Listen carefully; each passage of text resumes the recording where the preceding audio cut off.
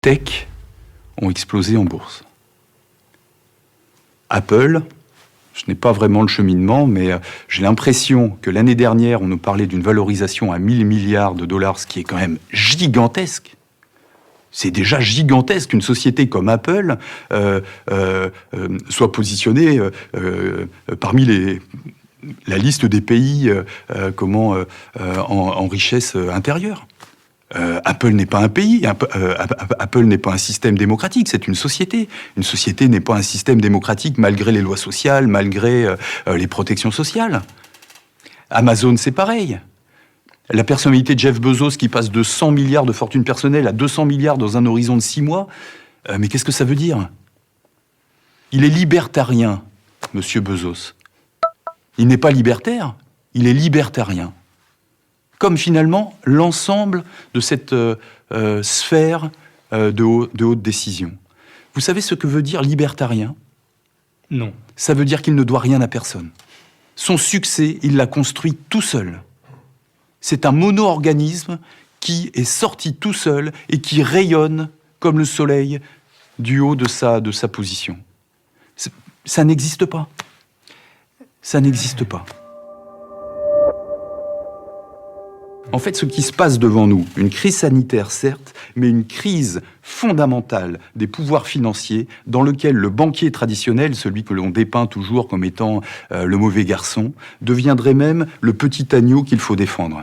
Ça veut dire qu'avec des moyens techniques adaptés, à un moment donné, l'argent liquide n'aura plus vraiment de nécessité. Le vecteur qui permet le paiement en ligne, c'est votre téléphone mobile. Le téléphone mobile, aujourd'hui, avec une norme qui s'appelle NFC, permet en fait un paiement sans contact. Le sans contact, c'est un sujet Covid. Pas de contact avec les vecteurs qui vont porter le virus. Pas de contact avec le billet de banque qui peut et qui a été certainement dans toutes les mains. Donc, au final, notre carte de crédit et notre téléphone mobile, c'est un sujet extrêmement important. Si jamais l'argent liquide disparaissait au niveau mondial et que le téléphone mobile était le simple élément de paiement, on basculerait dans un autre monde qui serait le monde de la donnée. Mais le monde de la donnée pose un problème, qui est un problème de l'intimité de l'être humain et de sa liberté absolue et de son libre arbitre. Ce téléphone mobile, quand vous le portez dans la poche, et que vous payez avec, que vous auriez tendance à payer avec, évidemment, contient d'autres capteurs. Et parmi les autres capteurs, il a une petite puce Bluetooth. Et Bluetooth, c'est ce qui est dans l'application Stop Covid. C'est un sujet qui est fondamental parce que pendant la paix de cette année, certaines personnes, ce n'est pas tout le monde, d'après l'enquête que l'on a pu mener, ont reçu sur leur téléphone Android le suivi de leur activité. Google avait suivi leur activité et leur faisait un rapport de contrôle. Mais Google n'est pas l'État. Google est une société privée. Quelle est l'éthique de cette société privée? Quels sont les projets de cette société privée? L'un des projets de Google, clairement établi, et du groupe Alphabet, c'est l'immortalité. Parce qu'Elon Musk a annoncé la capacité d'influer sur l'esprit humain dès l'année prochaine, après avoir fait la semaine dernière un test d'implantation d'une clé USB dans le cerveau d'un cochon, autour de son projet Neuralink. Personne, ou très peu de monde, n'a posé le sujet éthique. La manipulation de la conscience de l'extérieur, dans un monde qui cherche l'immortalité.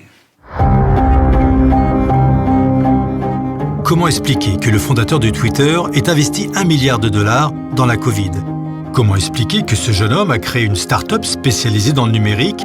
De Twitter, il passe à Square, une start-up spécialisée dans le numérique en 2016 et qui va enflammer la bourse pendant la pandémie.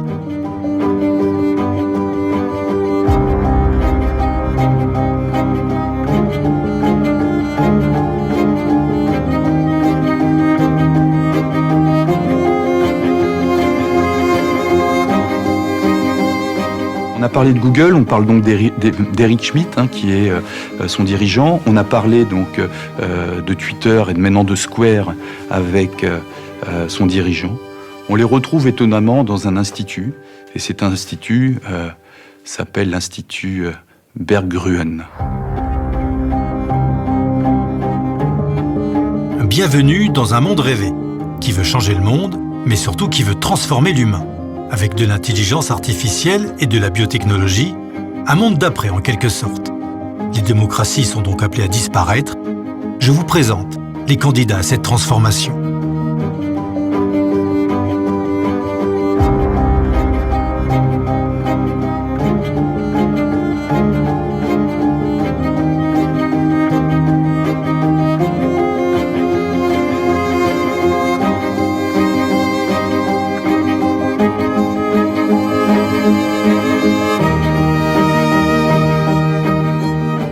Là où ça devient vraiment embêtant, c'est quand le socle éthique, le socle moral, le socle de débat public est confisqué, avec cette notion qu'il y a des gens qui peuvent y réfléchir et d'autres qui vont le subir.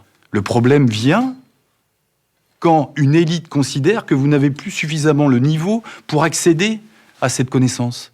C'est un vrai sujet, ça. C'est un vrai problème. Je suis un horrible élitiste. Je pense que le monde complexe de demain ne peut être géré que par des intellectuels. Vous, dans cette salle, vous allez vivre un âge d'or. Et nous devons créer une société inclusive et trouver le moyen d'éviter qu'il y ait un gigantesque gap.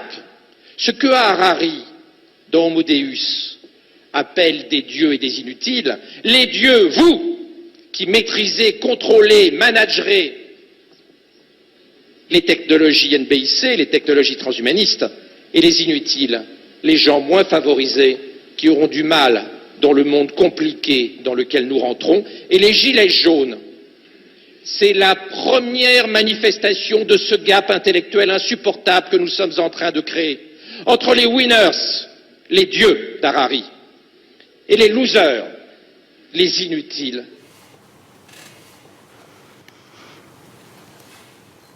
Mais c'est effrayant. Médecin. Médecin. Je pense que Hitler ne disait peut-être pas les choses aussi directement. Les dieux, c'est vous. Donc, il s'adresse à nos futurs dirigeants. Et les inutiles, c'est nous, quoi. Donc ça veut dire que c'est eux qui vont concocter les programmes pour décider de la façon dont on doit vivre, dont on aura le droit de vivre ou de disparaître, peut-être. C'est absolument effrayant. Et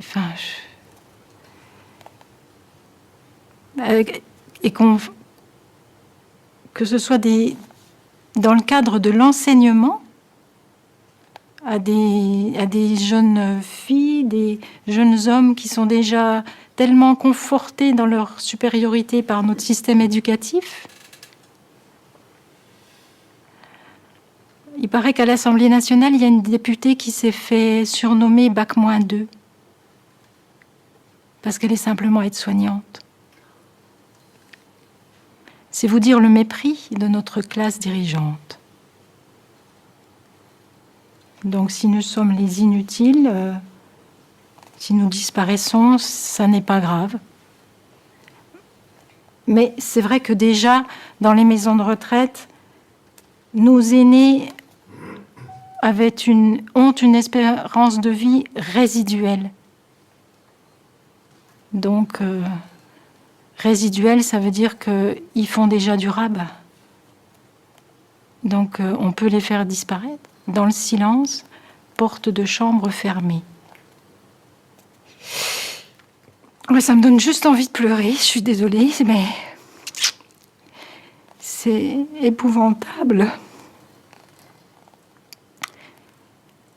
Qu'est-ce qu'on a fait à nos aînés? Qu'est-ce qu'on est en train de faire à nos enfants? Quand est-ce que les gens vont ouvrir les yeux et réagir? Quand? Quel prochain décret de loi faudra-t-il pour que les gens puissent protester et empêcher ça? Parce que c'est pas dans 10 ans. C'était proposé l'année dernière. Et c'est ce qui arrive aujourd'hui.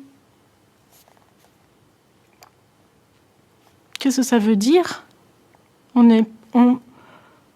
n'a pas besoin d'avoir Bac+10 pour se poser la question si c'est pas quelque chose de programmé. On a le droit de s'interroger, c'est notre devoir. Puisque maintenant on a la possibilité d'avoir accès à l'information, c'est tout ce qui nous reste. Moi, j'ai plus la télévision depuis 15 ans, donc je suis désintoxiquée. Donc je vais chercher mes informations ailleurs. Tout le monde peut le faire. Tout le monde peut le faire. J'ai envie de dire aux gens, mais dans 10 ans ou dans 20 ans, est-ce que vous pourrez regarder vos enfants dans les yeux et leur dire que vous ne saviez pas? En 1945, c'était possible, bien que j'ai 2 grands-mères qui savaient parfaitement ce qu'on faisait des Juifs quand on les mettait dans des trains. Elles ne disposaient pas de l'information dont on peut disposer aujourd'hui. Donc nos enfants ne nous croiront pas. Et nos enfants seront en droit de nous poser la question pourquoi on ne les a pas défendus. Voilà, c'est tout ce que j'ai envie de dire parce que c'est abominable. C'est tout. C'est juste abominable. Pardon.